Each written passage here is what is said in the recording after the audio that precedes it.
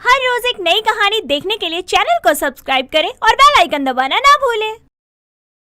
जानकी सुबह सुबह सोकर ही उठती है कि तभी जानकी की दो बहुएं दिव्या और अंजलि कमरे में अपनी अपनी साड़ी लेकर आती हैं। माँ जी, ये साड़ी देखो और बताओ कैसी लग रही है। बहू, मैं अभी अभी सोकर उठी हूँ कि तू यहाँ मेरे मुंह के आगे साड़ी ले आई। हाँ माँ जी, आपको नहीं दिखाएंगे तो हम किसे दिखाएंगे अपनी साड़ियाँ। मैं तो यही कहती हूँ कि ये सब काम जितनी जल्दी निपट जाए उतना ही अच्छा होगा, इसलिए आप बता दो कौन सी अच्छी है। हाँ, दोनों साड़ियाँ बहुत अच्छी है, तुम दोनों पर बहुत अच्छी लगेंगी। माँ जी, आपकी आँख तक नहीं खुली है पूरी और आप बिना अच्छे से देखे ही बोल रही हो कि अच्छी है। अरे कम से कम एक बार देख तो लो, तब बोलो ना कि अच्छी है या नहीं। बहू, ये तुझे तब नहीं दिखा जब आधी नींद से ही अपनी सास को उठाकर ये साड़ियाँ दिखाने लग गई। अरे सुबह सुबह बहुएं अपनी सास को चाय पानी पिलाती है और तुम दोनों हो कि अपनी सास को साड़ियाँ दिखा रही हो। शर्म आ रही है या नहीं तुम दोनों को? माँ जी, हम शर्माते हुए ही पूछ रहे हैं। माँ जी, आप बता दो ना जल्दी से कि आपको कौन सी साड़ी अच्छी लग रही है। हमें और भी बहुत सारे काम है, फिर हम वो भी करने लग जाएंगे ना। अभी तक तो मेरी शॉपिंग भी पूरी नहीं हुई है, बस ये एक साड़ी ली है। अगर माँ जी बता दे कि अच्छी लग रही है या नहीं तो मैं आगे का देखूं। माँ जी, आपने बहुत सो लिया, अब उठो और बताओ कि इसमें से कौन सी साड़ी अच्छी है। अरे तुम दोनों इतनी उतावली क्यों हो रही हो? तुम दोनों को किस लिए शॉपिंग करनी है? माँ जी, आप ना अब ज्यादा भी मत बनो। आपको सब पता है कि हम किस लिए शॉपिंग कर रहे हैं और क्यों इतना ज्यादा खुश हैं। अब जल्दी से बताओ हमें कि कौन सी साड़ी ज्यादा अच्छी है। ठीक है, मत बताओ। मुझे क्या, दिव्या की साड़ी ठीक है, लेकिन मुझे अंजलि की साड़ी कुछ ज्यादा खास नहीं लगी। इसमें कोई दूसरा रंग ज्यादा अच्छा लगता, ये खास नहीं लग रहा है। जानकी जैसे ही अपनी राय बताती है, तुरंत दोनों बहुएं वहाँ से अपनी अपनी साड़ियाँ लेकर चली जाती हैं। और जानकी को कुछ समझ ही नहीं आता कि आखिर हुआ क्या है। जानकी के घर में काफी ज्यादा चहल पहल थी। जानकी की पांचों बहुएं घर सजाने में लगी हुई थी। तभी जानकी अपनी पांचों बहुएं हिमांशी, शालिनी और आनंदी के पास आती है। अरे घर में साज सजावट क्यों हो रही है? कोई मुझे बताएगा कि आखिर है क्या?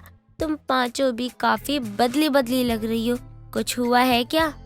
माँ जी, घर हम पांचों ने मिलकर सजाया है, कोई भी लड़ाई नहीं करी आज तो। बताओ कैसा लग रहा है? घर तो अच्छा सजाया है, लेकिन अब मुझे ये तो बता दो कि घर को सजाने के पीछे का आखिर क्या कारण है? घर में कोई मेहमान आने वाला है क्या? किसी का कोई भाई आ रहा है? सुहागन औरतों का सबसे बड़ा दिन आ रहा है और हम सब इसे खास बनाने में कोई कमी नहीं रखने वाले हैं और ना ही हम आपको जरा भी परेशान करेंगे। क्या बात है, ऐसी कौन सी हवा चल गई मेरे घर में जो पांचों विमान हर वक्त लड़ाई या झगड़ा करती रहती थी, छोटी सी बात का बतंगड़ बना देती थी, वो मिलजुल कर काम कर रही है।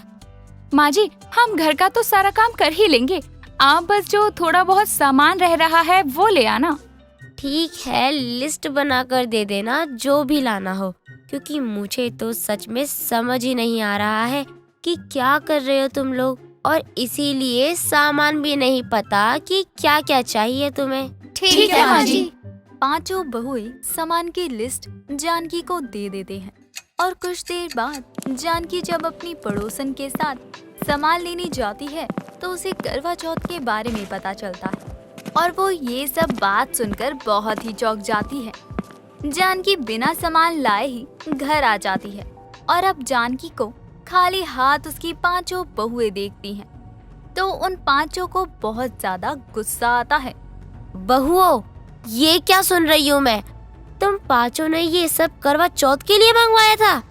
जी माँ जी, करवा चौथ आ रहा है और ये सब हमने करवा चौथ के लिए ही तो मंगाया है। आप तो ऐसे कह रही हो जैसे आपको कुछ पता ही ना हो इस बारे में। अरे हाँ, सच में नहीं पता था, क्योंकि मुझे पता है कि हमारे घर में करवा चौथ नहीं मनाते हैं। क्या माँ जी, करवा चौथ तो हर सुहागन स्त्री मनाती है, फिर आप क्यों नहीं मना सकती हो?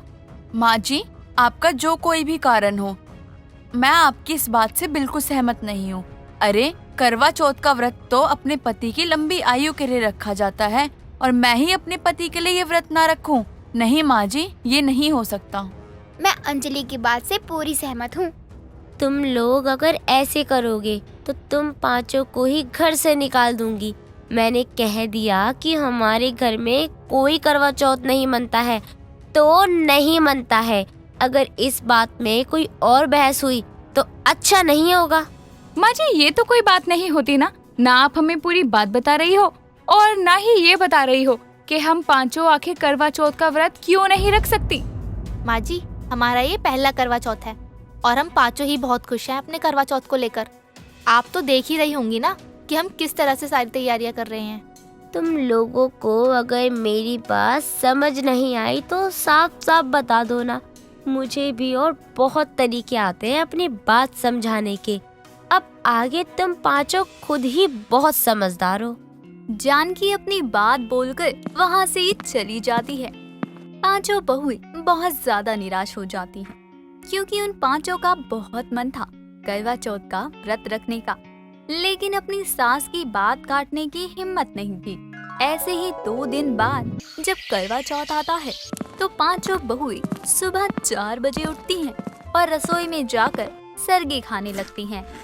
माँ जी ने पता नहीं क्यों हमें करवा चौथ का व्रत रखने के लिए मना किया है, बल्कि मुझे तो यही लगता है कि करवा चौथ का व्रत रखना चाहिए। अगर माँ जी हमारे व्रत रखने से खुश हो रही होती तो आज वो हमें सरगी खिला रही होती। हाँ माँ जी, पता नहीं क्यों करवा चौथ के नाम पर इतना गुस्सा करने लग गई, जैसे हमने करवा चौथ नहीं बल्कि क्लब जाने की बात कह दी हो। कुछ सुनने को ही राजी नहीं है। लेकिन माँ जी, इस बारे में बात करने का कोई फायदा नहीं है। माँ जी के उठने से पहले हम सबको सरगी खा लेनी चाहिए, क्योंकि अगर गलती से भी माँ जी की आँख खुल गई ना तो वो समझ जाएगी कि हमने उनकी बात नहीं मानी और करवा चौथ का व्रत रख लिया। हाँ, सही कहा। पांचों बहुएं चुपचाप से बिना कोई आवाज किए सरगी खा लेती हैं और अपने अपने कमरे में चली जाती हैं। पांचों सुबह से कुछ भी नहीं खा रही थी और खाना भी कम बनाया होता है। जब रसोई में कम खाना जानकी देखती है तो उसे बहुत ही अजीब लगता है और वो अंजलि को आवाज लगाती है। बहू, आज इतना कम खाना क्यों बनाया है? खाना बनाने की जिम्मेदारी तो तेरी थी ना। इतना कम खाना क्या कुत्तों के लिए बनाया है? माँ जी, वो क्या है ना, पता नहीं क्यों मुझे अपनी तबीयत खराब सी लग रही है और कुछ बनाया ही नहीं जा रहा था, इसलिए जैसे तैसे जितना भी बन पाया मैंने बना दिया। बहू, तेरी तबीयत खराब लग रही थी, इतना सा खाना बना दिया। हम इस खाने का करें तो क्या करें? जानकी अंजलि को बहुत सुनाती है, जिसके बाद अंजलि चुपचाप वहाँ से चली जाती है। ऐसे ही पूरा दिन निकल जाता है।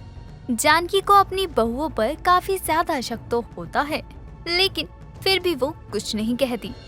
शाम को पांचों बहुएं अपनी सास से बचते हुए छत पर पहुंच जाती हैं, लेकिन इत्तेफाक से वहां उसी समय पांचों की ननद आरोही जानकी के साथ आ जाती है। पांचों को बिल्कुल सजे धजे देखकर जानकी को बहुत गुस्सा आता है। तुम पांचों को मैंने पहले भी बोला था कि कोई करवा चौथ का व्रत नहीं रखेगा, तो तुम पांचों को मेरी बात समझ नहीं आई।